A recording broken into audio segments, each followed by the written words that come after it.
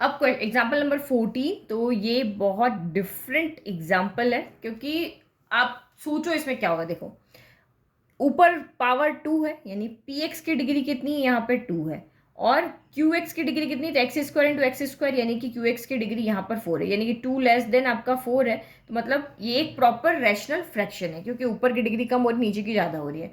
लेकिन जब भी हम इस तरह के क्वेश्चन को सॉल्व करते हैं, तो नीचे जो इक्वेशन है, या सभी ऊपर हो चाहे नीचे हो, ये फैक्टर की फॉर्म में होनी चाहिए, मतलब लीनियर इक्वेशन के फैक्टर होने चाहिए।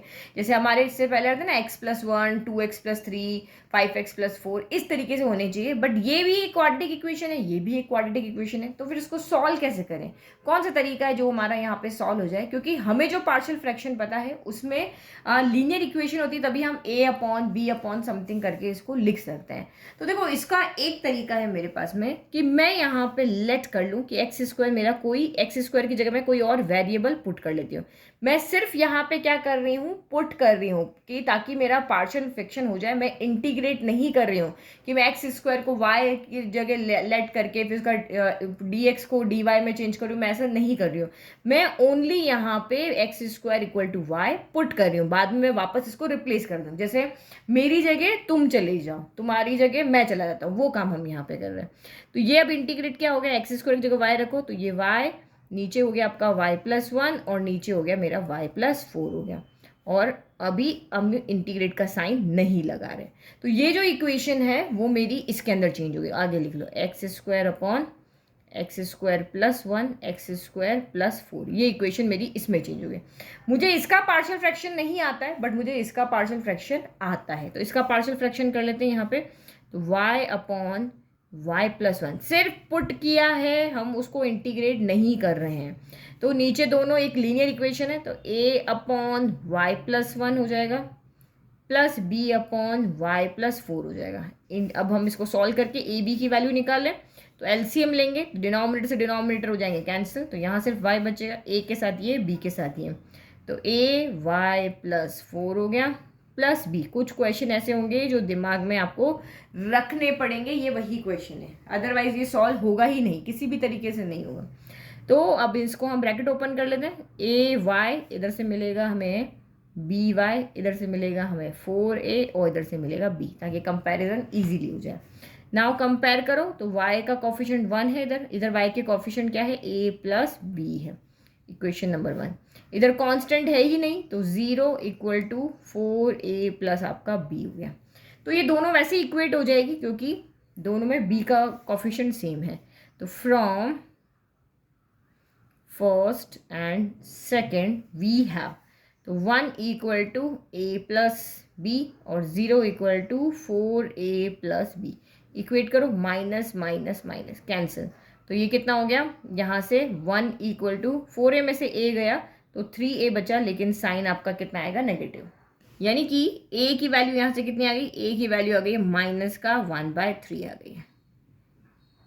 ठीक है, अब a की वैल्यू यहाँ पुट कर दो, तो फ्रॉम फर्स्ट a की वैल्यू रखो 1 इक्वल टू माइनस का 1/3 प्लस आपका b, माइनस का 1/3 उधर जाके प्लस का 1/3 इक्वल टू b हो गया। तो 1 प्लस 1/3 आपका यहाँ पे कितना हो जाएगा, 4/3, 3 1 3 प्लस 1 यानी 4/3 इक्वल टू b हो गया। चलो ए बी की वैल्यू रख लें, ए बी की वैल्यू आप यहाँ पे रख लोगे तो ये हो जाएगा। ओके, तो ये था, इसको हमने एक्स स्क्वायर की जगह वाई रखा था, और यहाँ पे हमने क्या कर दिया, वैल्यू रख दी इसके अंदर। ये यहीं से तो चल रहा है, ये लिया है, ये लिया है, और ए बी की वैल्यू -1/3 और 4/3 यहाँ पे पुट कर दिया। अब हमें यहाँ पे इंटीग्रेट करना है, तो अब हम यहाँ y को इंटीग्रेट नहीं करेंगे, अब हम यहाँ पे y को एक्स स्क्वायर में चेंज कर देंगे। तो अब यहाँ पे लिख लो एक्स स्क्वायर, क्योंकि हमें इसका इंटीग्रेशन तो आता है, बट हमें इसको सॉल्व करना नहीं आता था, क्योंकि फैक्टर की फॉर्म में नहीं था। तो माइनस का 1/3 into 1 upon x square plus 1, बस y की हमें इतनी ही ज़रूरत थी, तो हमने उसको हेल्प ले ली, एक्स स्क्वायर प्लस 4 हो गया। नाउ इंटीग्रेट करो, तो integration of x square plus 1 x square plus 4 dx हो गया, इक्वल टू माइनस का 1/3 integration of 1 upon x square plus 1 dx हो गया, plus 4/3 integration of 1 upon x square, 4 को हमें 2 स्क्वायर लिख देते, क्योंकि मुझे फॉर्मूला पता है, ये एक्स स्क्वायर प्लस ए स्क्वायर हो रहा है, tan इनवर्स वाला फॉर्मूला होता है हमारा, तो ये आपका कितना हो गया, माइनस का 1/3 एज इट इज, फिर 1/a, 1/a क्या है, 1/1 ही है, tan इनवर्स x अपॉन ए, तो x a कितना है 1 है, फिर प्लस 4/3, फिर 1/a तो 1/2 tan इनवर्स x अपॉन ए की जगह 2 है, प्लस आपका c है, बस इसको सॉल्व कर लो।